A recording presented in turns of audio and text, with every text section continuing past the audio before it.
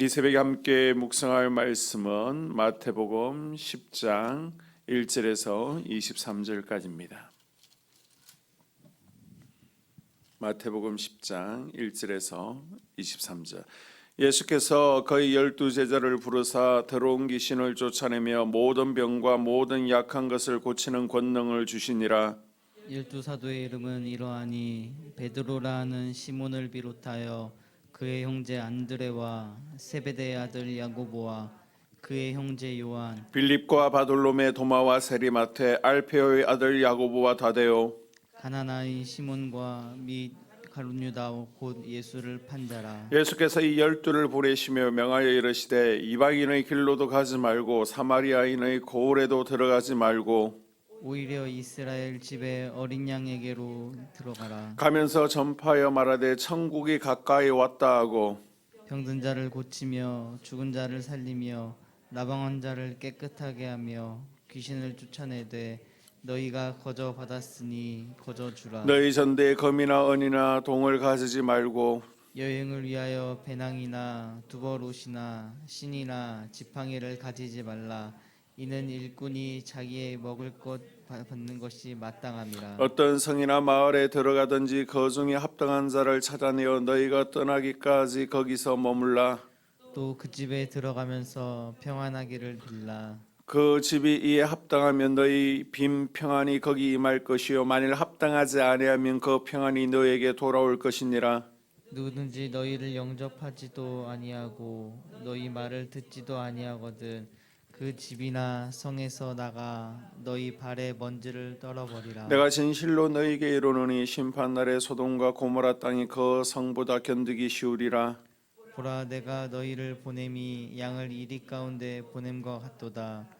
그러므로 너희는 뱀같이 지혜롭고 비둘기같이 순결하라. 사람들을 삼가라. 그들이 너희를 공회에 넘겨주겠고 그들의 회당에서 채찍질하리라.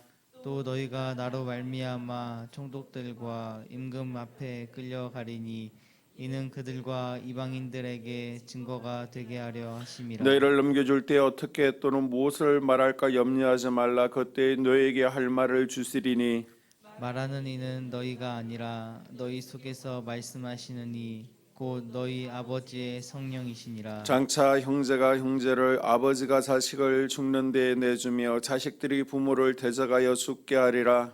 또 너희가 내 이름으로 말미암아 모든 사람에게 미움을 받을 것이나 끝까지 견디는 자는 구원을 얻으리라. 이 동네에서 너희를 박해하거든 저 동네로 피하라.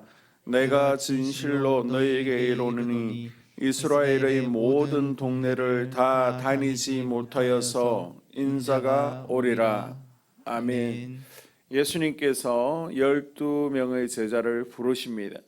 그런데 부르신 이들을 보게 되면요, 특별한 능력이나 재능을 갖고 있는 제자들은 없었습니다. 단지 어부나 아니면 세리, 기껏해야 열심당원이었던 지극히 평범한 사람들이었습니다.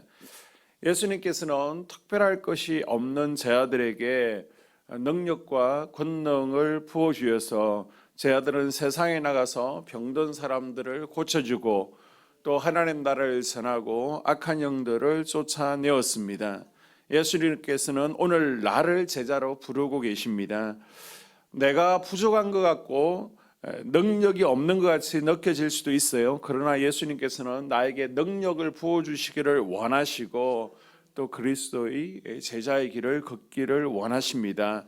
자, 5절과 6절에 이방인의 길로도 가지 말고 사마리아인의 골로도 들어가지 말고 차라리 이스라엘 집의 이름 버린 양에게로 가라. 우리가 이 말씀을 오해할 수 있습니다. 복음이란 어떤 한 지역에만 국한될 수 없습니다. 자, 그런데 왜 예수님께서는 이방 지역으로 가지 말라라고 하셨을까요? 두 가지로 생각할 수 있는데 한 가지는 아직 이방인의 때가 되지 않았다는 말씀입니다. 예수님께서 이방 선교를 원하지 않아서 이 말씀을 하신 것이 아니라 아직 때가 되지 않았다는 것이죠. 먼저 이스라엘은 먼저라는 겁니다. 두 번째는 아직 제자들이 준비되지 않았다는 것입니다. 한 번도 전도를 나가보지 않은 제자들에게 세계 선교의 비전을 심어주고 세계 선교의 행동을 요구하기에는 저 땅끝까지 가기에는 아직 제자들은 벅찬 상태였습니다. 이러한 이유 때문에 예수님께서 일시적으로 전도 영역을 제한하고 있습니다.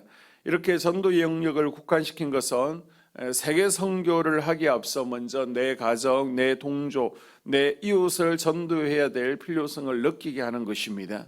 오늘 예수님께서는 준비되지 못한 제자들에게 먼저 가까운 곳으로 가라 보내셨던 것처럼 우리도 멀리 있는 사람들을 전도하지 못해도 우리 주변에 있는 사람들에게 하나님 나라를 선포해야 될 줄로 믿습니다.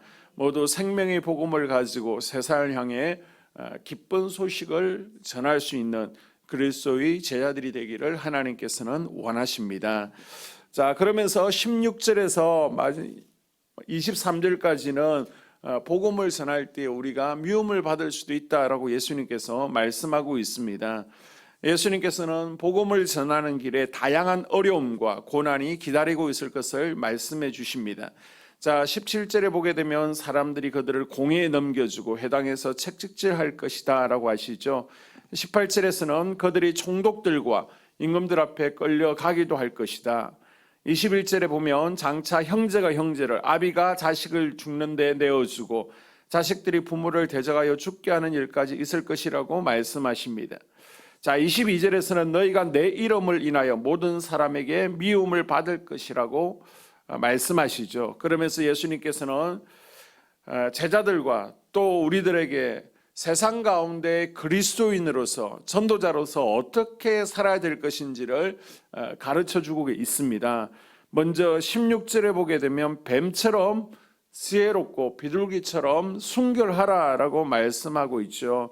우리가 이 땅을 살아가면서 불필요한 고난이나 핍박은 당하지 말고 잘 피하면서 살라는 말씀입니다.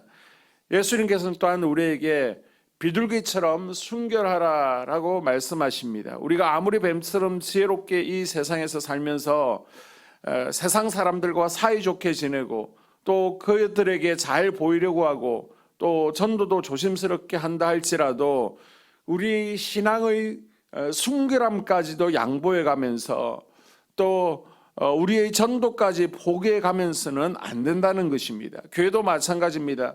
우리가 불신자들을 포용하기 위해서 교회의 문턱을 낮추고 또 형식은 바꿀 수 있지만은 복음의 순수함은 훼손하거나 또 타협하고 양보해서는 안 된다는 것입니다. 개인이나 교회나 영적 거룩함은 항상 잊지 말라라고 예수님께서 말씀하십니다.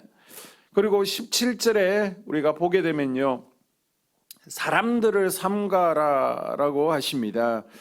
사람은 우리 삶 가운데 매일 만나고 사랑해야 될 대상이고 전도의 대상입니다. 그러나 예수님께서는 이 사람들을 삼가라라고 하십니다. 이게 무슨 말입니까? 그 이유는 사람이란 하나님의 피조물이면서 동시에 지금은 하나님의 형상을 잃어버리고 악한 영들에게 종로로 타고 있기 때문입니다.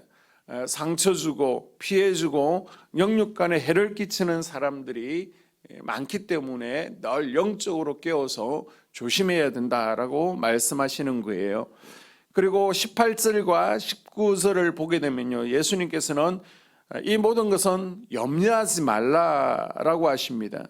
왜요? 성령께서 우리와 함께 하시기 때문입니다. 우리가 무슨 말을 할지 성령께서 가르쳐 주시고 또 어려움이 있을지라도 성령께서 우리에게 피할 길을 열어주시기 때문에 전도하면서 복음 전하면서 걱정할 필요는 없다는 것입니다. 그리고 마지막으로 22절에 끝까지 견디라라고 말씀하십니다. 우리가 예수님을 믿기 시작하면, 제대로 믿기로 결단하면, 복음을 전하면 그동안 잘해주던 사람들이 나를 싫어하기도 합니다. 미워하기 시작합니다. 예수님은 그럴지라도 믿음을 가지고 끝까지 인내하며 견뎌야 된다라고 말씀하십니다. 일찍이부터 예수님께서는 성령님을 보내주셨습니다. 그 성령님께서 나와 함께 하시고 계시기 때문에 이 성령님을 의지해서 매일매일 복된 소식을 전하는 믿음의 발걸음을 힘차게 내딛는 이번 한 주가 될 수 있기를 주님의 이름으로 축복합니다.